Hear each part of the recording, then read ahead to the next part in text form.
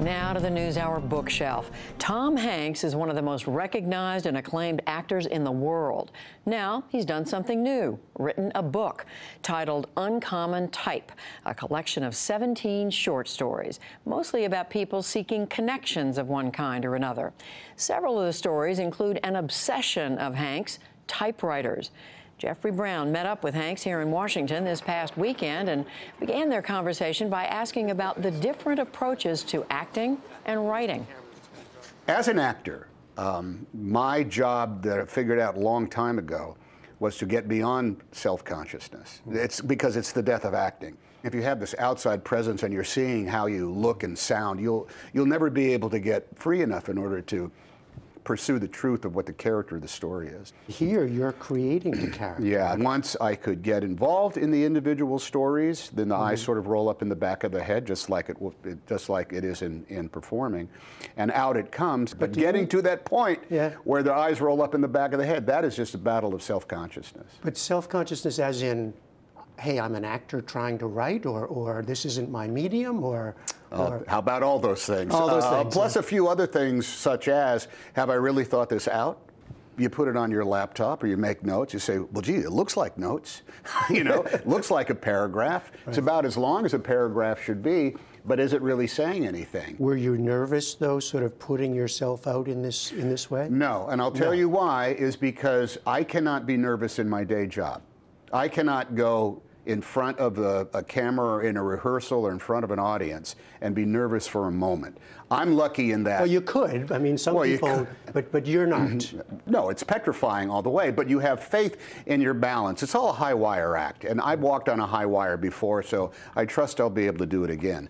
And so I was not nervous about delivering unto the powers that be these blocks of work, because it's no place for ego. It is a place for protection of what your original instincts are.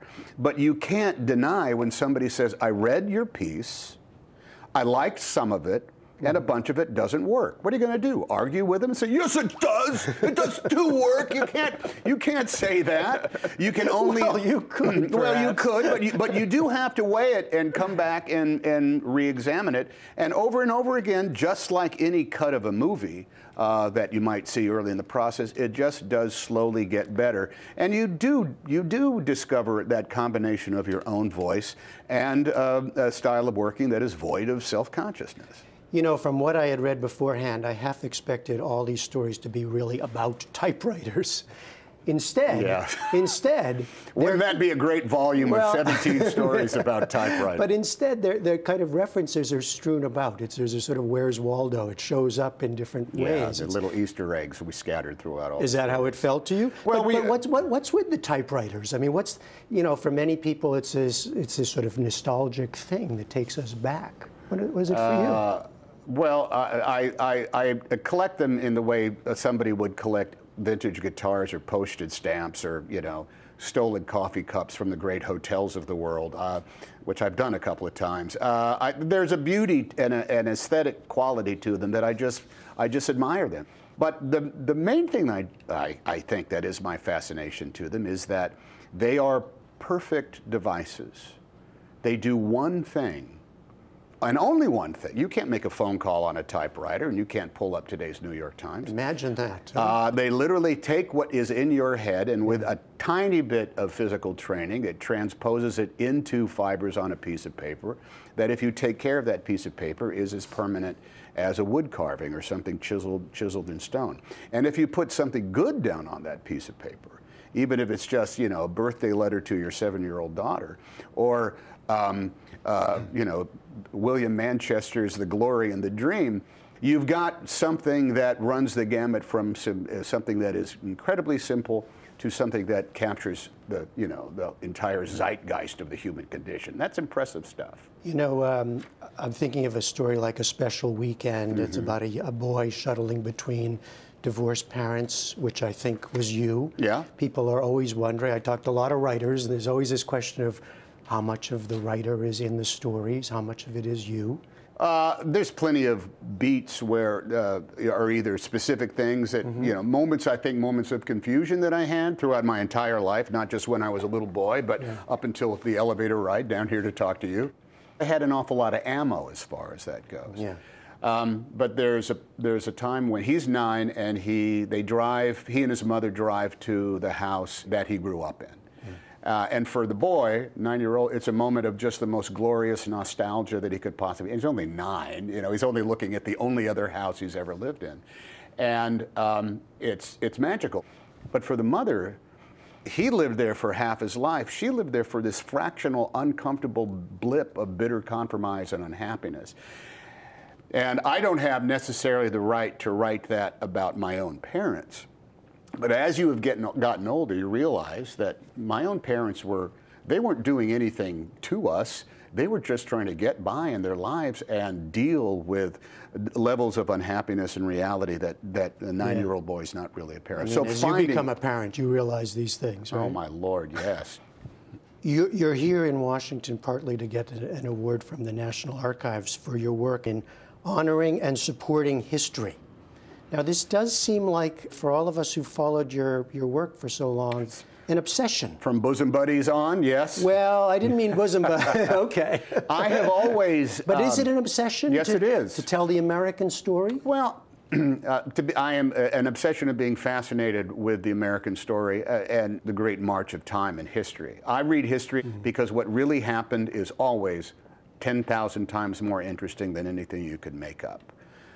You think you know something about a subject matter because you've studied or you read it or you saw a movie about it a long time ago, and getting down just a little bit deeper not only puts history in a greater perspective, but it also puts the present day. Well, but what does it tell you about the state of the American story today? I mean, here we are in Washington.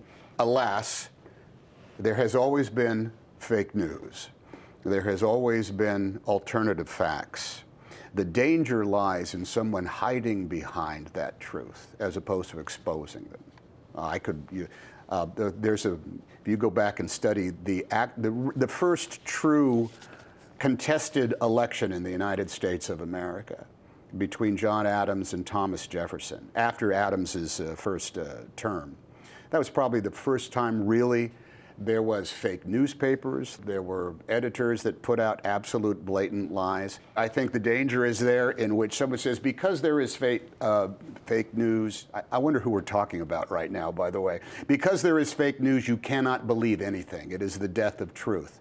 No. The hard work then is becoming and discerning what that truth is. The important work of democracy and liberty and our republic comes in to determine what is the truth. But hasn't truth always been this incredibly elusive quality that people either pursue or obfuscate? All right, one more subject. Bring it on. Which is, you project decency in many of your How dare characters. How dare you? You're, by all accounts, a very regular guy. Friendly to strangers, even me. Up to a degree. Right? I don't allow my good nature to be taken advantage of. Oh, really? Yeah, okay. yeah. And a long, happy marriage. It's real? I mean, this is who you are. Look, you're talking to a man who is, I've enjoyed the benefits of being a man, some of which I was entitled to, some of which are not. I believe I've worked really hard. I can't believe this is a job that you get paid for. When I was in high school and I saw friends of mine in the high school play and knew that they were getting credit for taking this class, I thought, why am I wasting my time in sociology and biology? I mean, I could take this class in school? What a racket. And it hasn't been that much different ever since. The new book, Uncommon Type, by first-time author Tom Hanks. Thank you, because people say we're here to talk to Tom about his new book. No, we're not. We're here to talk to Tom about his book.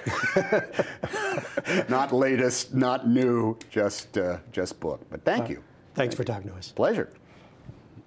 Tom Hanks fans everywhere are swooning. Online, you can watch more of our interview with Tom Hanks, where he discusses The Post, his new film about the Washington Post's decision to publish the Pentagon Papers.